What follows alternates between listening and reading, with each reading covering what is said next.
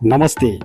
दशैं तिहार नेपाल सम्बत छठ पर्व लगायतका पर्वहरूको धार्मिक संस्कृति निरन्तरता नेपालीको मौलिक पहिचान हो। यस्ता पर्वले सदियौँदेखि मनाउँदै आइरहेका नेपालीहरूको विविधता बीचको एकता थप प्रकट बनोस्। यस्ता पर्व विशेषमा स्वतः प्राप्त हुने प्रेरणाले इतिहास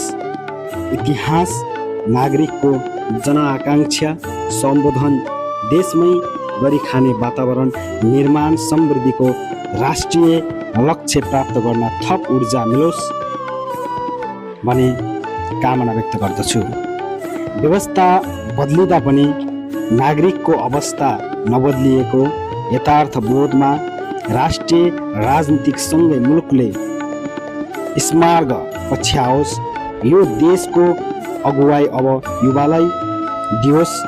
विषम परिस्थितिको बीच एउटा दृढता बोकेर युवाले देश परिवर्तन गरेका छन्।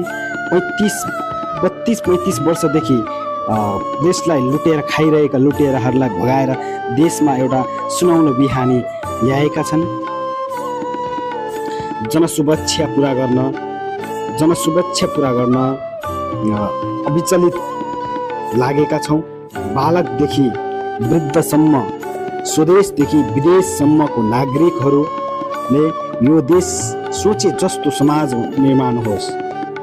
यसमा कहीँ कतै विचलित हुन नपरोस्। हरेक इमान चाडपर्वहरूमा हामीबाट देशलाई प्रेरणा मिलोस्।